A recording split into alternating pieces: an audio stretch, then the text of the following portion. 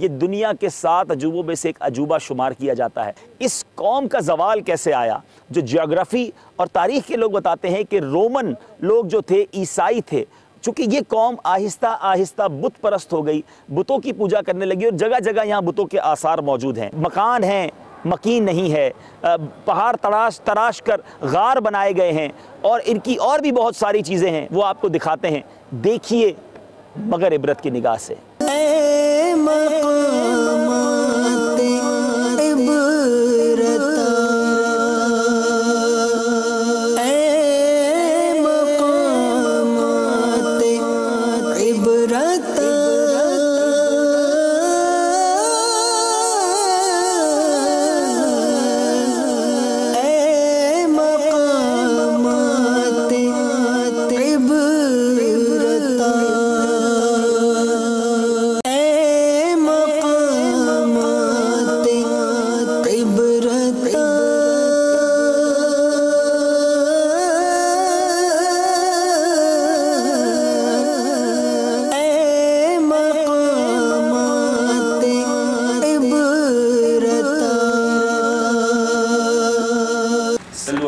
صلی اللہ تعالیٰ علی محمد صلی اللہ علیہ وسلم۔ پیارے اسلام بھائیو، آج ہمارا اردن میں آخری دن ہے۔ کل ہم نے بڑی کوشش کی کہ ہم وقت پر بحر میت پہنچ جائیں، لیکن رات ہو گئی تھی اور ظاہر رات میں ریکارڈنگ نہیں ہو پاتی، تو فجر کے بعد نکلے ہیں۔ آج 2 بڑی زبردست مقام، ایک تو بحر میت ہے جس کو ہم زیارت تو نہیں کہہ سکتے، عبرت کا مقام ہے۔ اچھی نیتوں کے ساتھ اسے ریکارڈ کریں گے، وہاں سے کچھ آپ کو میسج دیں گے۔ پھر اس کے بعد ایک ایسی جگہ جا رہے ہیں، سچی بات یہ ہے کہ اردن آنے کا جو ہمارا پلان بنا یا زیادہ ذہن بنا، وہ اس زیارت کے بارے میں معلوم ہونے کے بعد بنا۔ ایمان تازہ ہو گیا اس کے بارے میں سن کر۔ ایسی کون سی زیارت ہے؟ واقعی ایسی زیارت دنیا میں کہیں اور ہم نے نہیں دیکھی، اور ایسا یعنی وہ بھی ایک عجوبہ ہے، لیکن میرے آقا علیہ الصلوۃ والسلام ایک ایسا معجزہ ہے جس کو دیکھ کر ایمان تازہ آپ کا بھی ہو جائے گا، ہمارا بھی ہوگا۔ وہ کیا ہے وہ آپ کو انشاءاللہ راستے میں بتائیں گے۔ اللہ تعالیٰ آج کا دن ہمارا عافیت کے ساتھ گزرے، دعا کرتے ہیں خیر و عافیت کے ساتھ سفر ہو، اور جن نیتوں کے ساتھ جا رہے ہیں اللہ اس میں کامیابی عطا فرمائے، ہمیں گناہوں سے بچ کر آج کا دن بھی گزارنے کی توفیق عطا فرمائے۔ مدنی چینل دیکھتے رہیے، ہمارے ساتھ رہیے۔ صلو علی الحبیب صلی اللہ تعالیٰ علیہ محمد صلی اللہ علیہ وسلم۔ میرے اسلام بھائی، آپ دیکھ رہے ہوں گے کہ یہ ہم کنٹینیو نیچے ہی اترتے جا رہے ہیں۔ یہ بڑی عجیب بات ہے کہ ہم سطح سمندر سے سینکڑوں فٹ نیچے جا رہے ہیں۔ یہ شاید دنیا میں جو یار بتانے والے بتاتے ہیں، کتابوں میں بھی لکھا ہے کہ دنیا کا سب سے نیچے سطح سمندر سے نیچے جو پوائنٹ ہے وہ یہی ہے۔ یہ باقاعدہ ایسا لگ رہا ہے کہ زمین کا یہ حصہ جو ہے باقاعدہ نکال لیا گیا ہے، چاروں طرف اونچی اونچی پہاڑیاں ہیں، اور بیچ میں ایک کھائی نما جگہ نظر آ رہی ہے۔ یہ کیا ہے، یہ کیسے ہوا، یہ وہاں جا کر آپ کو بتائیں گے۔ کنٹینیو گاڑی نیچے اترتی جا رہی ہے، ہمارے کانوں پر پریشر بھی بڑھتا جا رہا ہے۔ جب آپ سطح سمندر سے نیچے جاتے ہیں، مثال کے طور پہ آپ پانی کے اندر جائیں تو اور کانوں پر پریشر بڑھتا ہے۔ اس وقت پریشر بڑھتا جا رہا ہے کیونکہ ہم سطح سمندر سے نیچے کی طرف آتے جا رہے ہیں۔ دنیا میں بہت سارے مقامات ہیں جو سطح سمندر سے بہت اونچائی کے مقام پر ہیں، لیکن یہ بھی اللہ کی شان ہے کہ یہ جگہ سطح سمندر سے نیچے اور سینکڑوں فٹ نیچے ہے۔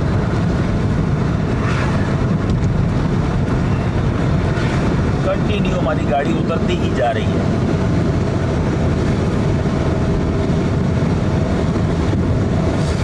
سبحان اللہ، سبحان اللہ، سبحان اللہ، سبحان اللہ۔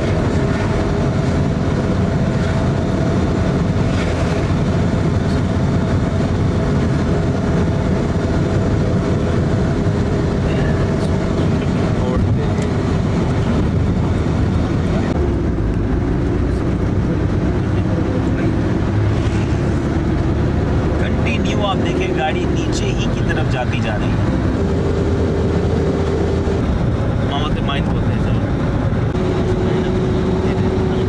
صلو علی الحبیب صلی اللہ تعالی علی محمد صلی اللہ علیہ وسلم۔ پیارے اور محترم اسلامی بھائیوں اور مدنی چینل کے ناظرین، بحر میت، ڈیڈ سی، یہ بحر میت کیوں ہے، یہ ڈیڈ سی کیوں ہے؟ اس کے اندر کوئی آبی حیات نہیں ہے۔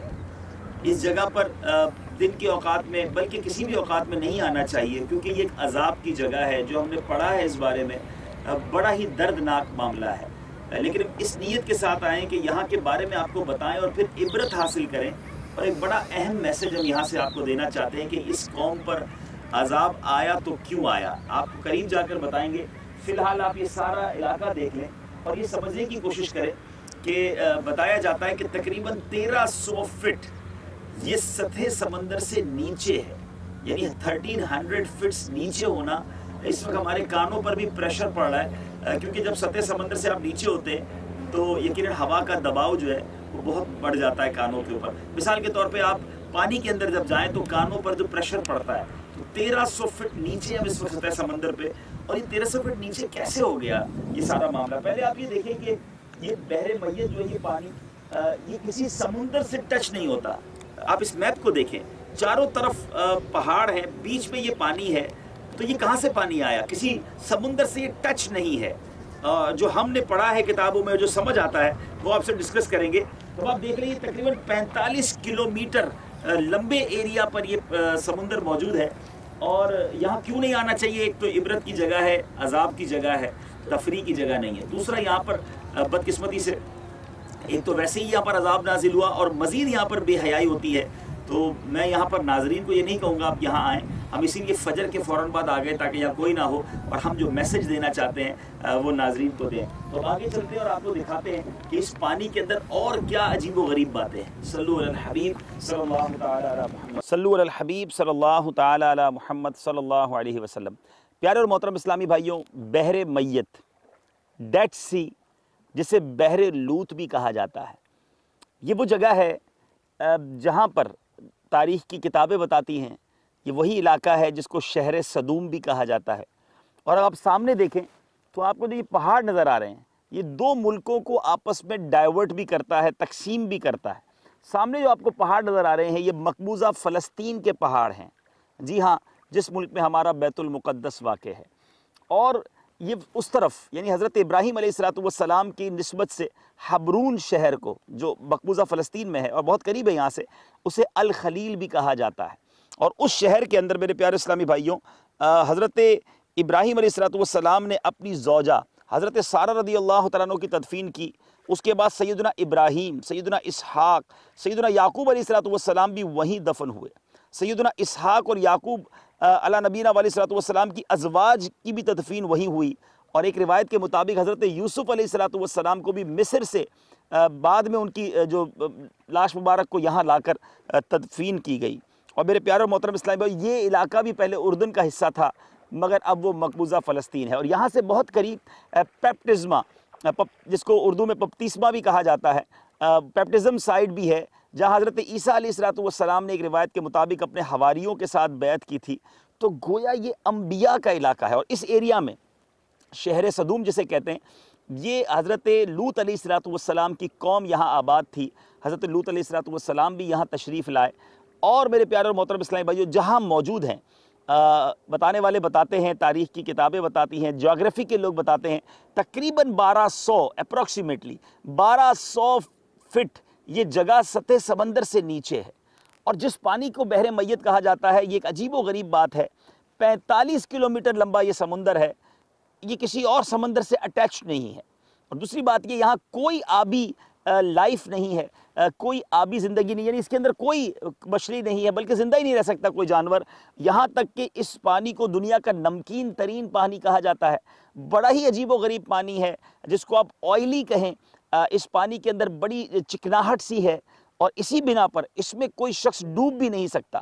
یہاں آ کر کوئی لیٹ جائے تو وہ پانی کے اوپر ہی رہے گا۔ اور اب آتے ہیں اس کے، یہ تو ہے وہ تاریخی حقائق اور دنیا جس کی وجہ سے اس کو ایک عجوبہ سمجھتی ہے، لیکن جو قرآن پاک کی آیات، اس کی تفاسیر سے ہمیں اس علاقے کے بارے میں پتہ چلتا ہے، میں اس بارے میں آج آپ کو بتانا چاہتا ہوں ہم کیوں یہاں آئے ہیں۔ ویسے تو ہمارا یہ سیریل جو ہے کنٹینیو ہم مقامات مقدسہ کے نام سے پیش کرتے ہیں، لیکن آج اس مقام کو مقامات مقدسہ یوں نہیں کہہ سکیں گے۔ یقیناً یہاں انبیاء علیہ السلام کے قدم تشریف لائے ہیں، اس وجہ پر تو یقیناً یہ مقام مقدس بنتا ہے، لیکن چونکہ یہاں ایک عذاب نازل ہوا، اور ایک بڑی عجیب بات ہمیں یہاں کے لوگوں نے بتائی کہ یہ وہ مقام ہے جہاں پر حضرت لوط علیہ السلام کی قوم پر عذاب ہوا۔ تفصیل میں انشاءاللہ بھی آپ کو بتاتا ہوں۔ اور اس پانی میں جو آئلی پن ہے، اس کی ایک وجہ یہ ہے کہ یہیں پر حضرت لوط علیہ السلام کی قوم غرق ہو گئی. آسمان کی طرف اٹھا کے جب انہیں سزا کے طور پر پھینکا گیا تو یہاں غرق ہوئی. اور وہ کتنے لوگ تھے؟ ایک روایت کے مطابق 5 لاکھ افراد تھے. تو یہ انہی کی ہڈیاں ہیں، انہی کی ہڈیوں کا ملغوبہ کہہ لیں، مکسچر کہہ لیں، جس کی بنا پر یہ پانی جو ہے وہ اتنا گاڑھا ہے. اللہ بہتر جانتا ہے، ہم اس کو کنفرم نہیں کر رہے، لیکن یہ بات یہاں بتائی گئی ہے. اب آتے ہیں ہم اپنے پیارے پیارے قرآن مجید کی طرف، اور اس سے ہمیں کیا رہنمائی ملتی ہے. امیر اہل سنت کا ایک بڑا ہی عبرتناک رسالہ ہے جس میں بہت سارے میسیجز ہمارے لیے چھپے ہوئے ہیں. اسی رسالے سے مدد لوں گا اور آپ کو اس قوم کے بارے میں کچھ بتاتا ہوں. درود پاک پڑھ لیں، صلو علی الحبیب صلی اللہ تعالی علی محمد صلی اللہ علیہ وسلم. میں بالخصوص گزارش کروں گا میرے ینگسٹر، نوجوان اسلامی بھائی، اسلامی بہنیں، گھر کے افراد اگر اس وقت موجود ہیں، سب بیٹھ جائیں، تسلی سے سنیں، عبرت کی نگاہ سے سنیں، عبرت کے کانوں سے سنیں، ہو سکے تو آنسو بہاتے ہوئے سنیں. اور پھر ہم نے اپنے حال پر آج غور کرنا ہے. میرے پیارے اسلامی بھائیوں، سیدنا لوط علیہ نبینا علیہ السلام حضرت سیدنا ابراہیم علیہ السلام کے بھتیجے ہیں. آپ صدوم کے نبی تھے، اور آپ حضرت ابراہیم خلیل اللہ علیہ نبینا علیہ السلام کے ساتھ ہجرت کر کے ملک شام میں آئے تھے، اور حضرت سیدنا ابراہیم خلیل اللہ علیہ نبینا علیہ السلام کی بہت خدمت کی. میرے پیارے اسلامی بھائیوں، جب ہی ہم نے کہا کہ اس پہاڑ کے اس طرف حضرت ابراہیم علیہ السلام تشریف فرما ہوئے، اس علاقے کو الخلیل کہا جاتا ہے، خلیل اللہ کی نسبت سے، اور آپ نے حضرت لوط علیہ السلام کو صدوم والوں کی طرف بھیج دیا.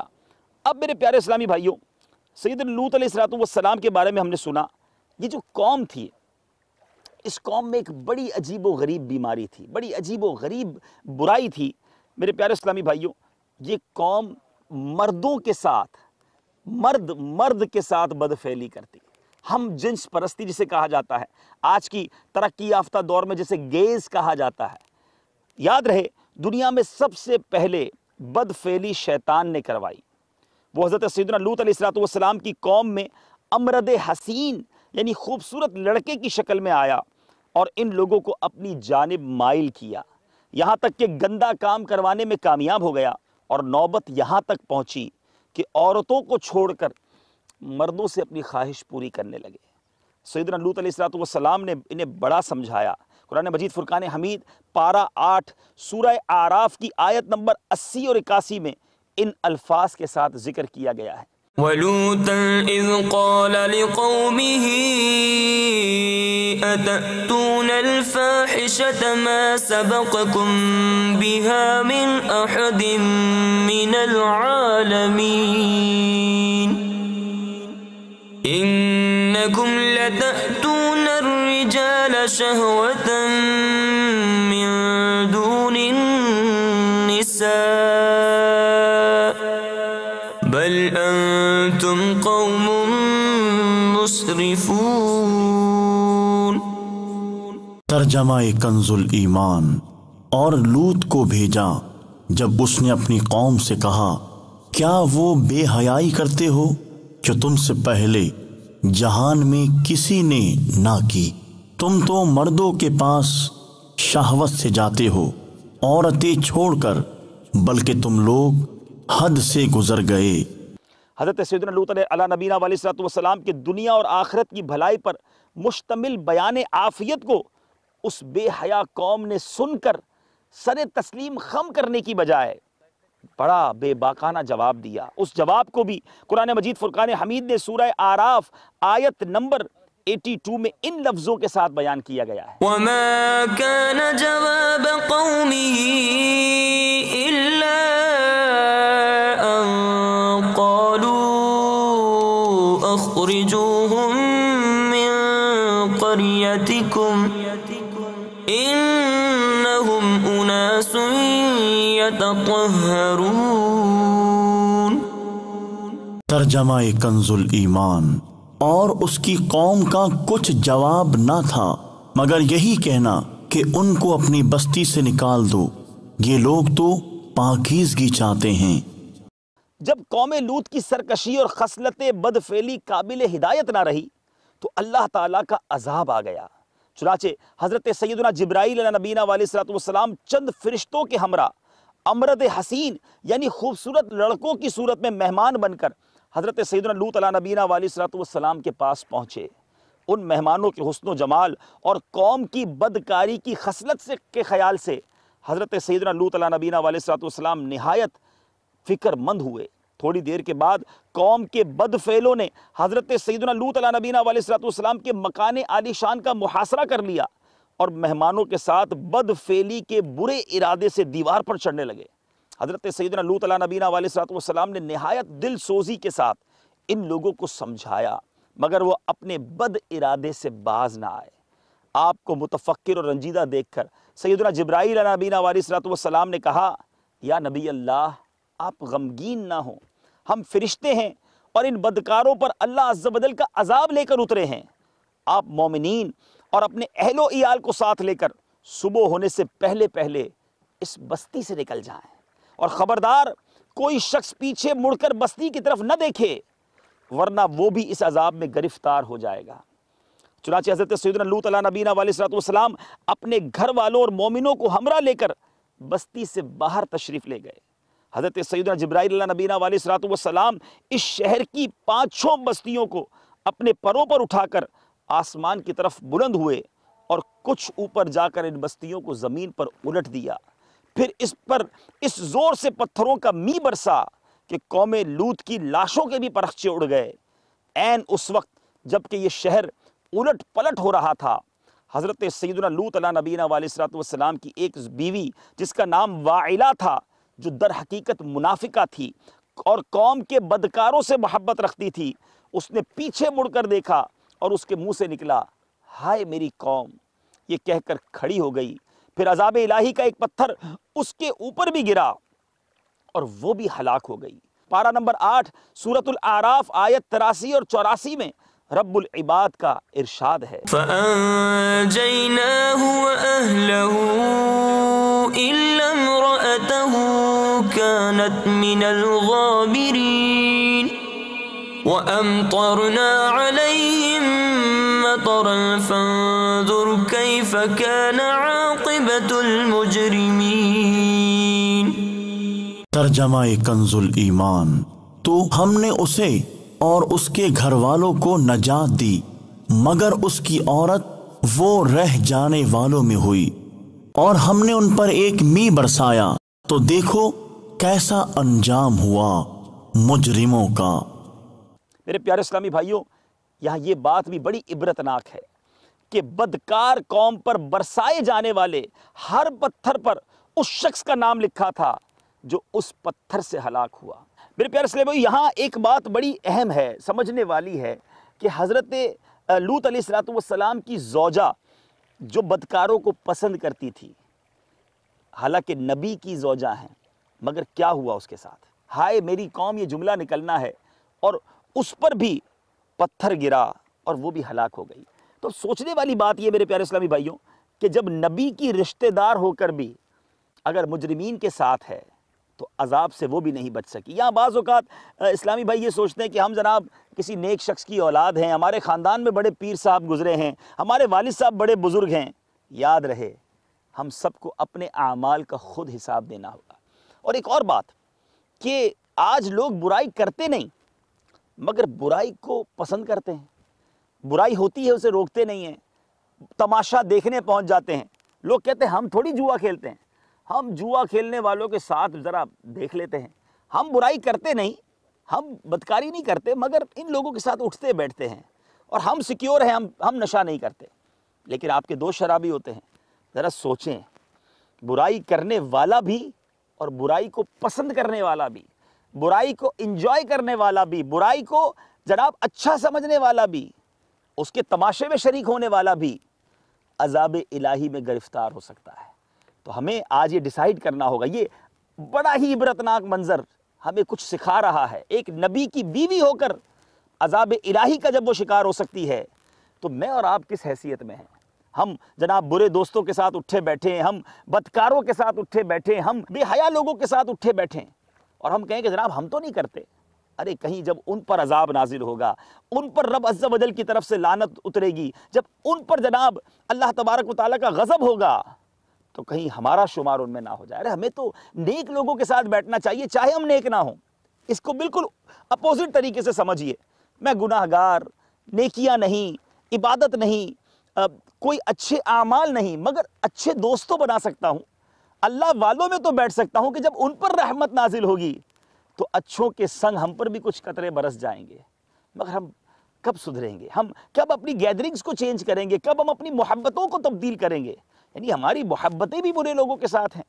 ہاں میں صحیح کہہ رہا ہوں. آپ دیکھیں آپ کے پرس میں کس کی تصویر ہے، آپ نے اپنی گاڑی میں کس کی فوٹوگراف لگائی ہوئی ہے، آپ کے بیڈ روم میں کس کے پکچرز لگے ہوئے ہیں، آپ کس کو فالو کرتے ہیں، آپ کا آئیڈیل کون ہے، آپ کس سے انسپائر ہیں، آپ کی پسندیدہ شخصیت کون ہے. یہ وہ کوسچنز ہیں جو لکھیے اور اس کے آگے جواب لکھیے تو آپ کو اندازہ ہو جائے گا کہ ہماری ایک بہت بڑی اکثریت، خاص طور پہ ینگسٹرز، کسے فالو کر رہے ہیں، کس کو پسند کر رہے ہیں. کہیں ایسا نہ ہو. میں ایک سوال کر لیتا ہوں آپ سے، آپ جسے پسند کرتے ہیں، میں نہیں جانتا وہ کون ہے، جس کی پکچرز آپ نے اپنے بیڈ روم میں لگائی ہوئی ہیں، اپنے والیٹ میں رکھی ہوئی ہیں، اپنی کار میں ڈسپلے کی ہوئی ہیں، یا جس کو آپ کہتے ہیں میں جناب اس کا دیوانہ، میں اس کو فالو کرتا ہوں، یہ میرا جناب آئیڈیل ہے. ایک سوال، جس کو آئیڈیل بنایا، جس کو فالو کرتے ہیں، جس سے انسپائر ہیں، اگر قیامت کے دن اسی کے ساتھ اٹھنا نصیب ہو جائے، کیا آپ ایگری ہیں؟ اگر واقعی ایگری ہیں تو پھر اس کا مطلب آپ نے کسی اللہ والے کو اپنا دوست بنایا ہے، اپنا آئیڈیل بنایا ہے. اور اگر جواب آ رہا ہے کہ نہیں یہ دنیا میں آئیڈیل ہے، میں محشر میں اس کے ساتھ نہیں اٹھنا چاہتا کیونکہ وہ تو غیر مسلم، وہ بدکار، وہ فحاشی والی عورت ہے، یا وہ جناب عجیب و غریب قسم کا گلوکار ہے، اس کو کیسے، اس کے ساتھ محشر میں کیسے اٹھ سکتا ہوں؟ یاد رکھیے پیارے آقا علیہ الصلوۃ والسلام فرماتے ہیں، حدیث پاک کا مفہوم ہے، بندے کا حشر قیامت کے دن اسی کے ساتھ ہوگا جس سے وہ دنیا میں محبت کرتا ہوگا. اب طے مجھے اور آپ کو کرنا ہے کہ ہم کس کے ساتھ بروز قیامت اٹھنا چاہتے ہیں. امید ہے میرا پیغام سمجھ گئے ہوں گے. توبہ کیجیے آج اور بنائیے ان لوگوں کو آئیڈیل. میں یہ نہیں کہتا کہ اپنے بیڈ روم میں، اپنے والیٹ میں، اپنی گاڑیوں میں بزرگوں کی تصویریں لگائیں، تصویریں نہیں لگانی، یہ طریقہ درست نہیں، شرعاً جائز نہیں، مگر دل میں محبت، فالوورشپ، پسندیدہ شخصیت، جس سے میں انسپائر ہوں، جس کے فٹ اسٹیپ پر چلنا چاہتا ہوں، جس کے نقش قدم پر چلنا چاہتا ہوں، وہ شخصیت کون سی ہونی چاہیے، یہ آپ اچھی طرح سمجھتے ہیں. میرے آقا علیہ الصلوۃ والسلام سے عظیم شخصیت کوئی نہیں. پیار کرنا ہے تو ان سے کیجئے، فالو کرنا ہے تو انہیں کیجئے، ارے دیوانہ بننا ہے تو ان کا بنیے، قربان ہونا ہے تو ان پر ہو جائیے، انہی کی طریقہ کار پر زندگی گزاریے. کیا معلوم یہ نقل کرنا قیامت کے دن ہمارا حشر ان کے ساتھ ہو جائے. بہرحال موضوع جاری ہے. حضرت لوط علیہ الصلوۃ والسلام کی قوم کا اب ان پر عذاب نازل ہوا. حضرت سیدنا لوط علیہ نبینا علیہ الصلوۃ والسلام کی قوم کا ایک تاجر اس وقت کاروباری طور پر مکہ مکرمہ آیا ہوا تھا، اس کے نام کا پتھر وہیں پہنچ گیا. دیکھیے رب کی قدرت اور عبرت کا نظارہ. مگر فرشتوں نے یہ کہہ کر روک لیا، یہ اللہ عز و جل کا حرم ہے، یہاں عذاب کیسے دیں. وہ شخص 40 دن تک حرم میں رہا اور 40 دن تک وہ پتھر ہوا میں معلق رہا، ہینگنگ رہا. اور جب وہ شخص مکہ مکرمہ سے نکل کر حرم سے باہر ہوا، وہ پتھر اس پر گرا اور وہ وہیں ہلاک ہو گیا. اے میرے پیارے اور محترم اسلامی بھائیوں، یہ وہ عبرت کی جگہ ہے، یہ وہ مقام ہے جہاں پر رب کا ایسا عذاب نازل ہوا. حضرت مفسر شہیر حکیم الامت حضرت مفتی احمد یار خان علیہ رحمت المنان فرماتے ہیں، فاحشہ، بے حیائی وہ گناہ ہے جسے عقل بھی برا سمجھتی ہے. کفر اگرچہ بدترین گناہ کبیرہ ہے، مگر اسے رب عز و جل نے فاحشہ یعنی بے حیائی نہ فرمایا، کیونکہ نفس انسانی اس سے گھن نہیں کرتی. بہت عقل مند کہلانے والے اس میں گرفتار ہیں، مگر اغلام یعنی بد فعلی تو ایسی بری چیز ہے کہ جانور بھی اس سے متنفر ہیں سوائے سور کے. یعنی جانور بھی یہ کام نہیں کرتے. یعنی ہم جنس پرستی جسے کہا جاتا ہے، یہ فقط ایک جانور ہے دنیا میں جسے پک کہا جاتا ہے، سور کہا جاتا ہے. اب یہاں ایک اور وضاحت کر دوں کہ لوگ سور کا نام زبان پر نہیں لاتے اور کہتے ہیں جناب زبان ناپاک ہو جاتی ہے، تو ایسا نہیں ہے. خنزیر کا تذکرہ ہمیں مذہبی کتابوں میں بھی ملتا ہے، قرآن مجید فرقان حمید میں بھی ہے. تو اچھا نہیں ہے، یقیناً سور کو نفرت ہی کرنی چاہیے، ایسا گندا جانور ہے. لڑکوں سے اغلام یعنی یہ بد فعلی حرام قطعی ہے، اور اس کے حرام ہونے کا منکر یعنی انکار کرنے والا کافر ہے. لوتی یعنی اغلام باز مرد عورت کے قابل نہیں رہتا. حضرت سیدنا سلیمان علیہ نبینا علیہ السلام نے ایک مرتبہ شیطان سے پوچھا اللہ عز و جل کو سب سے بڑھ کر کون سا گناہ ناپسند ہے؟ ابلیس بولا اللہ تعالیٰ کو یہ گناہ سب سے زیادہ ناپسند ہے کہ مرد مرد سے بدفعلی کرے اور عورت عورت سے اپنی خواہش پوری کرے۔ خاتم المرسلین رحمت للعالمین صلی اللہ تعالیٰ علیہ وسلم کا فرمان عبرت نشان ہے، جب مرد مرد سے حرام کاری کرے تو وہ دونوں زانی ہیں، اور جب عورت عورت سے حرام کاری کرے تو وہ دونوں زانیاں ہیں۔ ذرا سوچے میرے پیارے اسلامی بھائیوں اور مدنی چینل کے ناظرین، یہ کیسا برا فعل ہے۔ آج دنیا میں باقاعدہ اجازتیں دی جا رہی ہیں، کئی حکومتوں نے مرد کی مرد سے شادی اور عورت کی عورت سے شادی جائز قرار دے دی، مگر یہ قدرت کے قوانین ہیں جس میں انسان کا کوئی دخل نہیں ہے۔ آج میں غیر مسلموں کی کیا بات کروں، افسردہ دل یوں ہے کہ آج مسلمان کہلانے والے، نبی پاک علیہ الصلوۃ والسلام کا کلمہ پڑھنے والے آج اس گناہ میں مبتلا ہیں۔ آج بیرون ملک رہنے والے جو گھر والے مرد اپنے وطن سے دور ہوتے ہیں، جیلوں میں جو لوگ موجود ہیں، اور اس کے علاوہ بھی بہت بڑی تعداد وہ ہے جو اس برائی میں مبتلا ہے۔ ذرا سوچیں اس قوم نے یہ گناہ کیا تھا، یہ عذاب کی جگہ ہے، برباد ہو گئے، ان کا نام و نشان نہیں ہے۔ یعنی اگر تھوڑا سا لاجیکلی سمجھنے کی کوشش کریں، چاروں طرف پہاڑ ہیں، 1100-1200 فٹ یہ جگہ نیچے ہے۔ عقل یہ کہتی ہے، کیونکہ کتابوں میں لکھا ہے کہ حضرت جبرائیل علیہ السلام تشریف لائے، اپنے پر کے ذریعے اس قوم کو اٹھایا، یعنی گویا اس جگہ کو کھود دیا، اور یہ 5 لاکھ افراد 45 کلومیٹر کا جو ایریا ہے یہ اوپر گیا، اور اب اوپر سے اس کو پلٹ کر نیچے پھینکا گیا، یہ شہر تباہ ہو گیا، پتھروں کی بارش ہوئی۔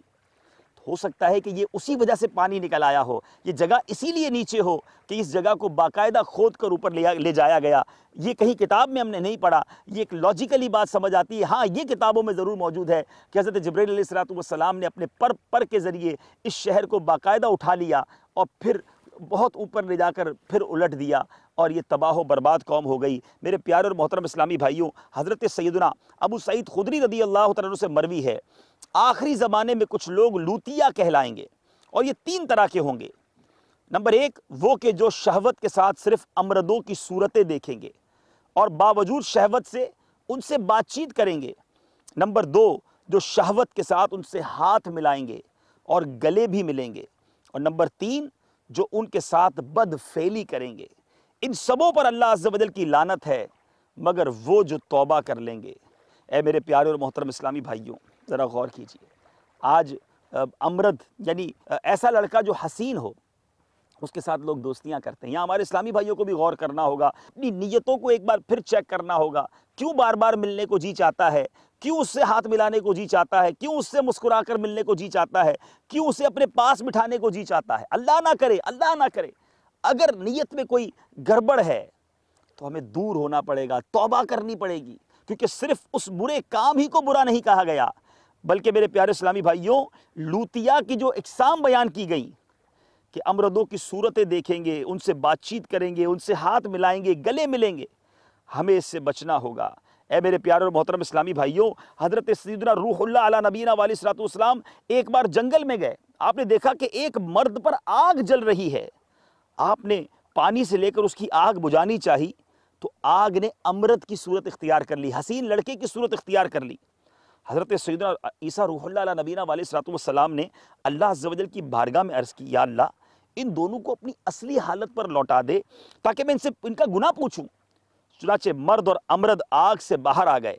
مرد کہنے لگا، یا روح اللہ علیہ نبینا علیہ السلام، میں نے اس امرد سے دوستی کی تھی، افسوس شہوت سے مغلوب ہو کر میں نے شب جمعہ اس کے ساتھ بد فعلی کی، دوسرے دن بھی منہ کالا کیا، ایک نصیحت کرنے والے نے مجھے اللہ عز و جل کا خوف دلایا، میں نہ مانا، پھر ہم دونوں مر گئے۔ اب باری باری آگ بن کر ایک دوسرے کو جلاتے ہیں، اور ہمارا یہ عذاب قیامت تک ہے۔ توبو الی اللہ، استغفر اللہ، کر لیجئے توبہ میرے پیارے اسلامی بھائی۔ یہ بہت برا فعل ہے، یہ رب کو ناراض کرنے والا کام ہے۔ اگر میرا کوئی بھائی اس برائی میں مبتلا ہے، اس غلط کام میں مبتلا ہے، خدا را توبہ کر لیجئے، رب کی رحمت بڑی ہے، ابھی ہم نہیں مرے نا، ابھی وقت ہے توبہ کرنے کا۔ امردوں سے دوستیاں کرنے والے شیطان کے وار سے خبردار، بے شک ابتدا میں نیت صاف ہی صحیح. لوگ اپنے منہ بولا بھائی بنا لیتے ہیں، منہ بولا بیٹا بنا لیتے ہیں، کہتے ہیں ہماری نیت صاف ہے، مگر ابتدا میں نیت صاف صحیح، مگر شیطان کو بہکاتے دیر نہیں لگتی.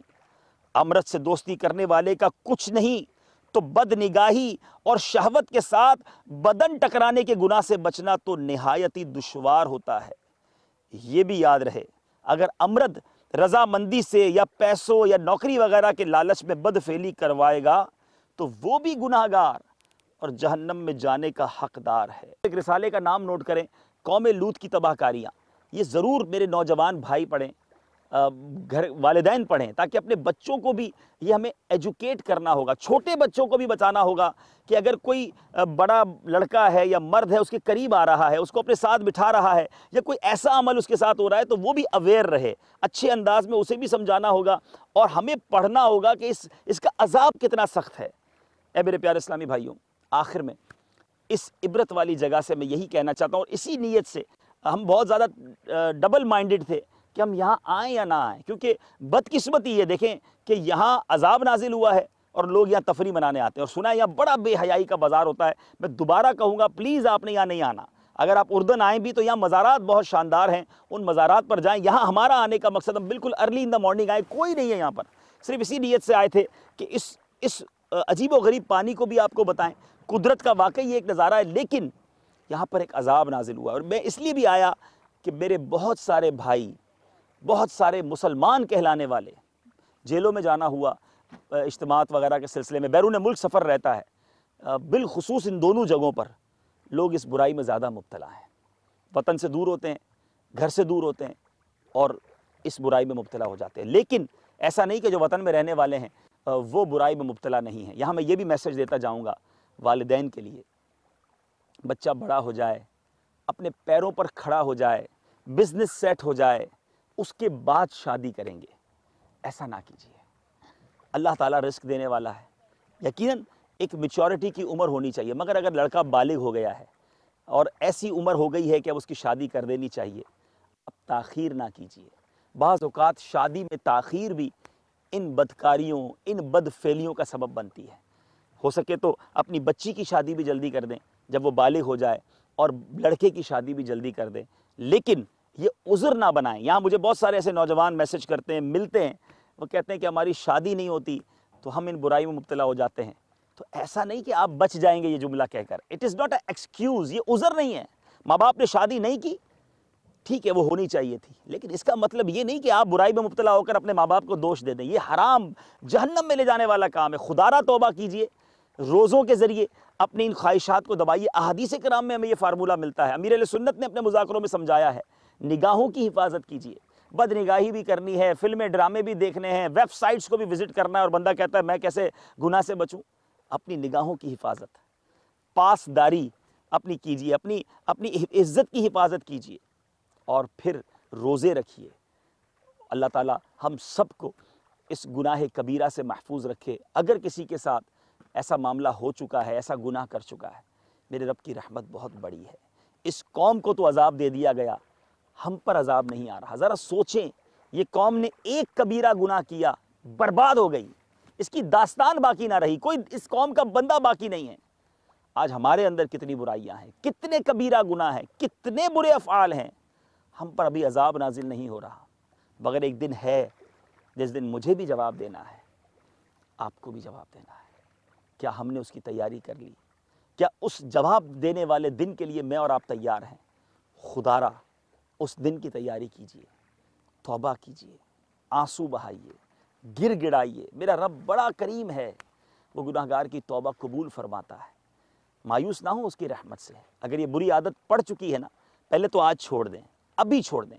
اپنے ہاتھوں سے بھی برائی نہ کریں، بدفعلی بھی نہ کریں، بدکاری بھی نہ کریں، بے حیا لڑکوں سے لڑکیوں سے دوستیاں چھوڑ دیں، اور پھر اپنے رب سے توبہ کریں کہ مولا میں اس گناہ کو چھوڑتا ہوں، تو مجھے بچا لے.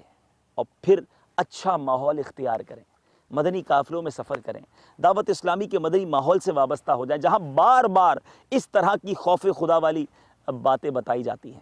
انشاءاللہ ہم نیک بن جائیں گے، ہماری بری عادتیں چھٹ جائیں گی. خدارہ اس عادت سے باز آئیے. میڈیکلی بھی بہت ساری بیماریاں بتائی جاتی ہیں وہ اس بنا پر بھی ہوتی ہیں. تو خدارا اپنے آپ کو بھی بچائیے, اپنی قوم کو بھی بچائیے, اپنی آنے والی نسلوں کو بھی بچائیے. اللہ تعالیٰ سے دعا ہے مالک کریم ہم سب کو اس برائی سے محفوظ فرمائے, ہماری قوم سے, یہ مسلمانوں سے یہ برائی دور ہو جائے, اور یہ عبرت کی جگہ پر ہم موجود ہیں.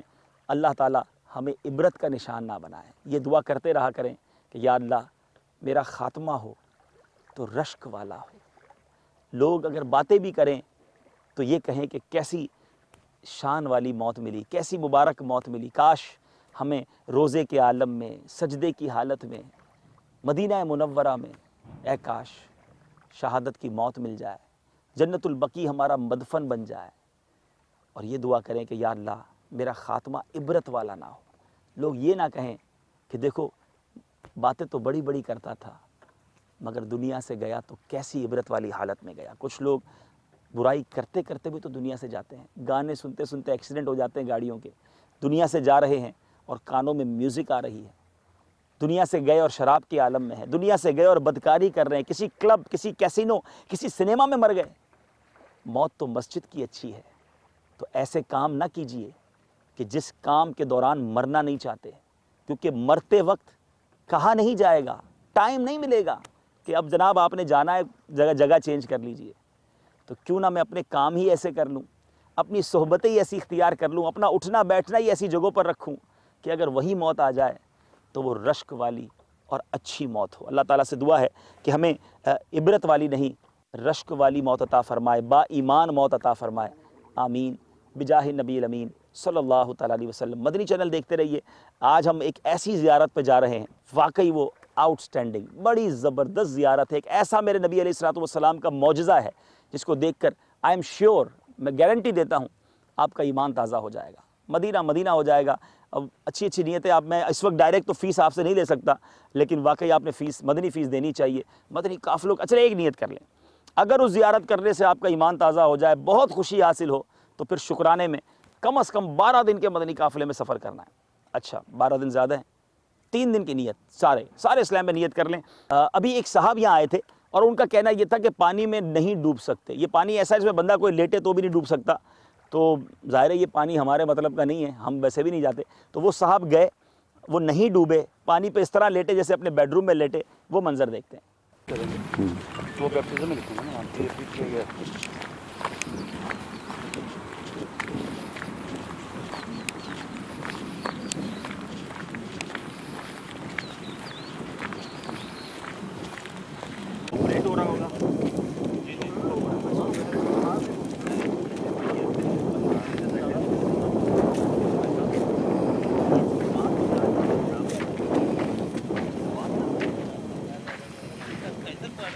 ایک صاحب ہیں جو پانی کے اندر جا رہے ہیں اور کہنا یہ ہے کہ اس پانی میں کوئی ڈوبتا نہیں ہے.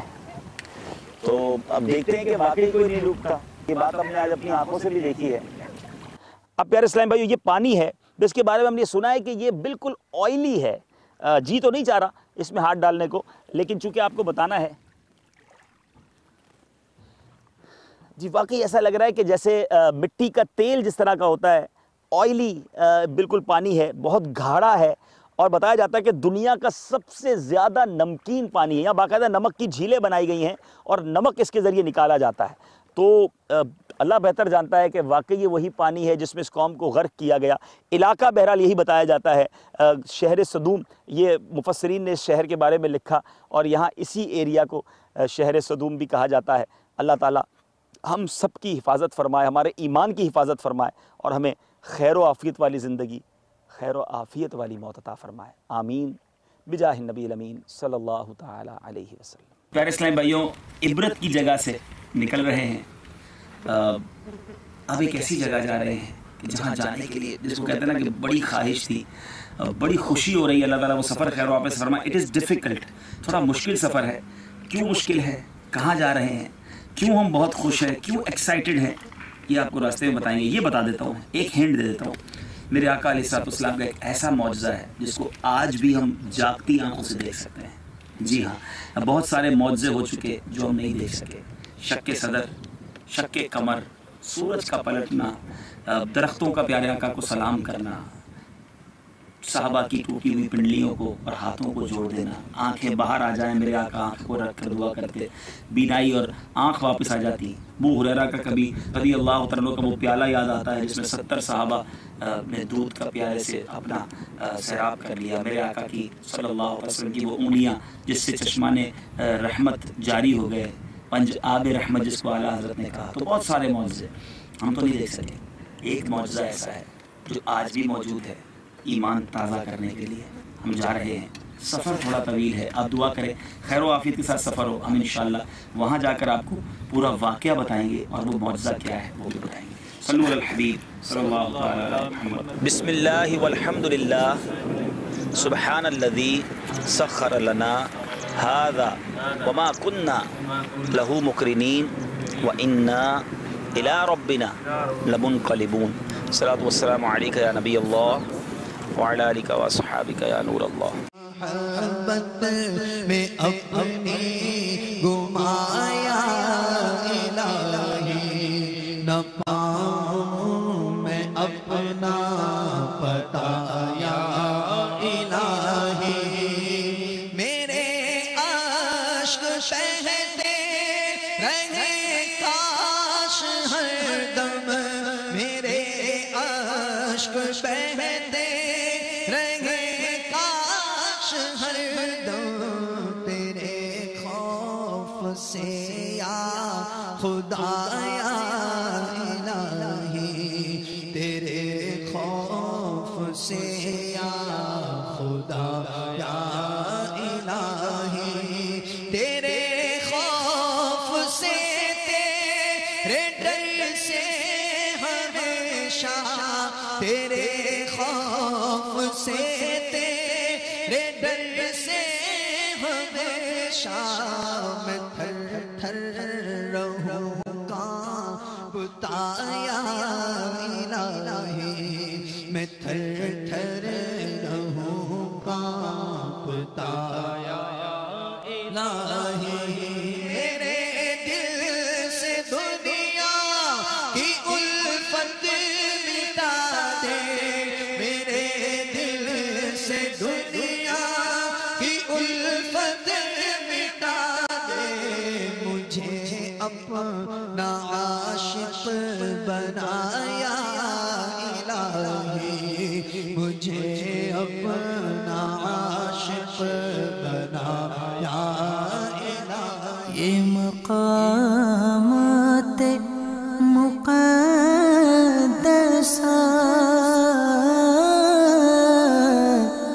یہ مقامات مقدسہ، اللہ والوں سے ہے جو وابستہ،